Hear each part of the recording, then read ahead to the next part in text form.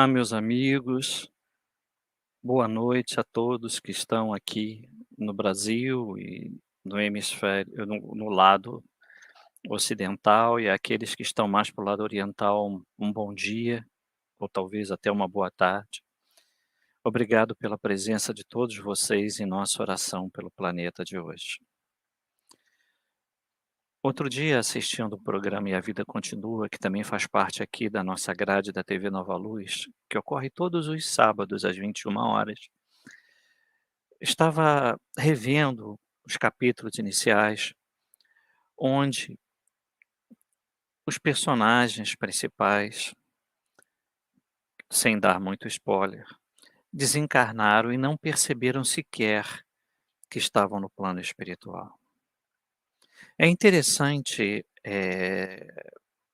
ver esses casos, né, ler esses casos de André Luiz, para entendermos como cada situação é distinta no plano espiritual.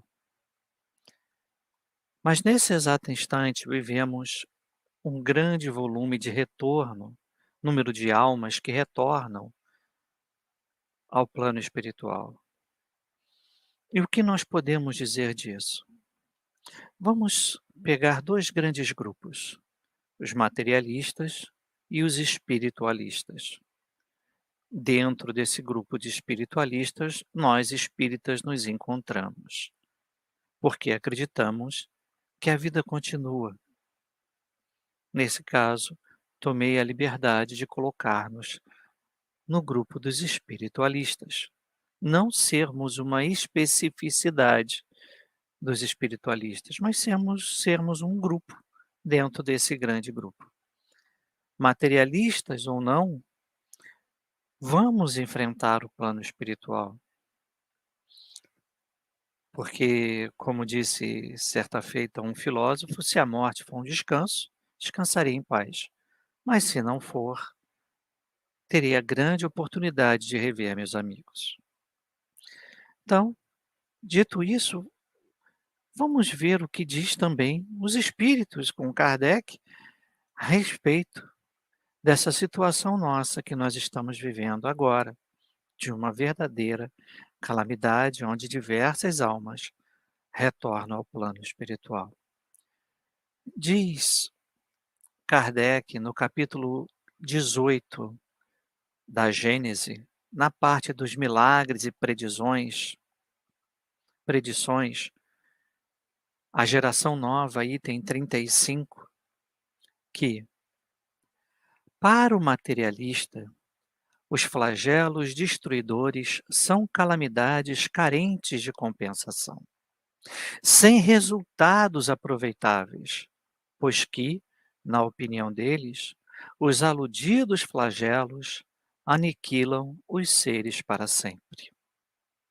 Para aquele, porém, que sabe que a morte unicamente destrói o envoltório, tais flagelos não acarretam as mesmas consequências e não lhe causam o mínimo pavor. Ele lhes compreende o objetivo e não ignora que os homens não perdem mais por morrerem juntos do que por morrerem isolados, dado que, de uma forma ou de outra, juntos ou isolados, a isso hão de todos sempre chegar. Os incrédulos rirão dessas coisas e as qualificarão de quiméricas, mas, digam o que disserem, não fugirão à lei comum, cairão a seu turno como os outros. E então, que lhes acontecerá? Eles dizem: nada. Viverão, no entanto, a despeito de si próprios e se verão, um dia, forçados a abrir os olhos. Queridos irmãos, quantos companheiros que desencarnam na Terra, vestidos desse materialismo e dessa cegueira, não abrem seus olhos no plano espiritual, mas a tudo ouvem, a tudo sentem, em tudo percebem. É muito triste imaginar viver anos a fio de olhos fechados, séculos, milênios, tempo que for. Mas seja qual for a ideia de que não exista o plano espiritual, ao abrir os olhos, percebem o engano e o que perderam enquanto mergulhados nesse engano. Assim somos nós em relação às calamidades também. Não só materialistas como espiritualistas vivem um momento em que o medo está no ar. E querendo ou não, nós estamos mergulhados em um corpo físico que tudo faz para sobreviver e que sente todas essas sensações de medo e cria uma espécie de empatia coletiva em relação aos medos que vivemos hoje. E qual é a forma de superar esses medos? Qual é a maneira a qual devemos utilizar para que esse medo não influencie no nosso bem-estar? A oração, a reflexão, a razão, a meditação e a busca pelo equilíbrio. Não que o tenhamos, não é preciso ter o equilíbrio, mas buscá-lo. Nenhum de nós tem equilíbrio suficiente para superar tais medos. Incluo-me nessa lista. Esses medos nos incomodam. Esses medos nos levam muitas vezes à depressão. E como superá-lo? E como vencê-lo? Não refletindo o medo com a raiva, mas acalmando nossos corações diante dessas dificuldades e transformando esse medo em paciência, em resignação, entendimento e estar de olhos abertos para que a espiritualidade a todo tempo nos propõe. Que essa vida temporária sempre há de acabar, seja de uma maneira coletiva ou seja de uma maneira individual. E cabe a nós, espíritas e tantos outros espiritualistas, saber que ao retornar ao plano espiritual, dê o nome que quiser, erraticidade, plano espiritual, céu, purgatório ou qualquer que seja o local, nós vamos abrir os olhos e vamos nos ver. E vamos ver muitas vezes, quiçá aqueles que amamos e que partiram antes de nós, dando-nos a esperança da continuidade da vida, sempre. Quem não gostaria de ser desperto por sua mãe, por seu pai, por um irmão adorado, por um filho querido, por uma vozinha amada, por um avô respeitado? Quem de nós não gostaria de ser desperto por aquele que amamos e dividimos nossa vida inteira? Por isso, meus amigos, é que vamos agora, juntos, pensar em todos aqueles que amamos, encarnados e desencarnados. Pensarmos no Pai Celestial e inspirar profundamente. E ao soltar o ar, sentir a paz e a tranquilidade necessárias para continuarmos essa oração. Inspirem novamente. Deixem o ar sair com tranquilidade e sinta a presença do Mestre Jesus ou do seu orientador espiritual maior, seja ele quem for, Moisés, Jeová, Elohim, Alá, seja o nome que der, sinta-se envolvido por esse ser cósmico, essa entidade superior. Inspiremos por uma última vez, antes de iniciarmos nossa oração, e vamos sentir a presença do nosso guia espiritual, anjo da guarda, arcanjo, irmão, que sempre está ao nosso lado, orando conosco. Pai querido, ampara-nos e proteja-nos nesse instante de dificuldade individual e coletiva.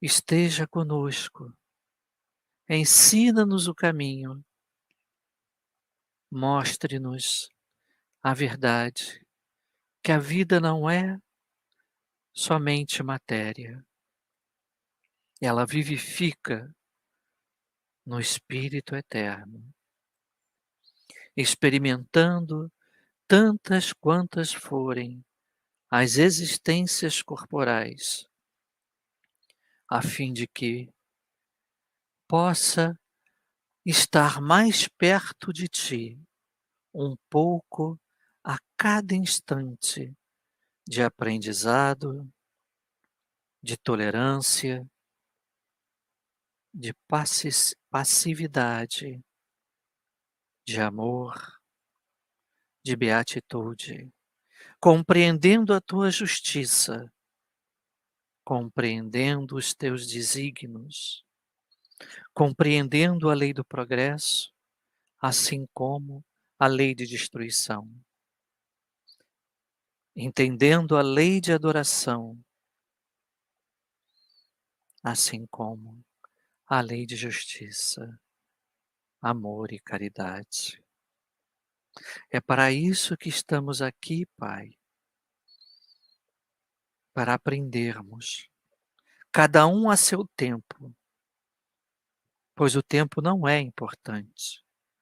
O que é importante é o aprendizado, é nos tornarmos cada vez mais capazes de entender, de compreender o nosso próximo e a nós mesmos. E na busca dessa compreensão é que pedimos por aqueles que choram, por aqueles que riem descontroladamente,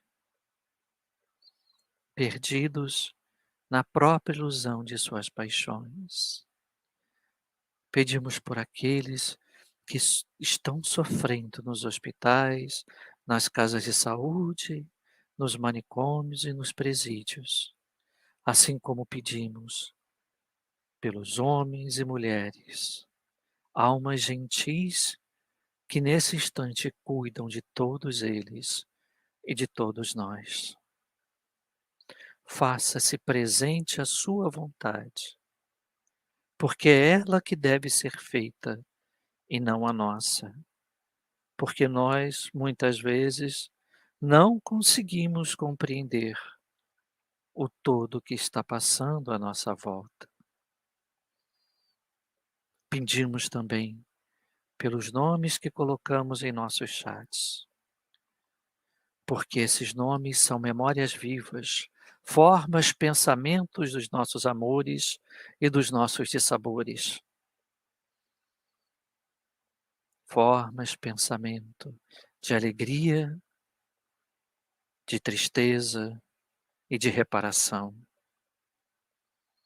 Sejam eles nossos vizinhos, amigos, parentes, enfim, todos, até mesmo daquele animal, amigo querido, que nunca nos deixa de lado, confia e está sempre conosco, como nos dando forças para continuarmos. Obrigado, Senhor, por este momento. Salvação para as almas, paz e luz a todos nós, a seres racionais e irracionais que vivemos na Terra. Que assim seja. Vamos inspirar uma última vez e, ao soltar o ar, vamos nos sentir leves, calmos, amparados e protegidos. E abriremos os olhos lentamente, tendo essa sensação de alegria, de conforto e de paz.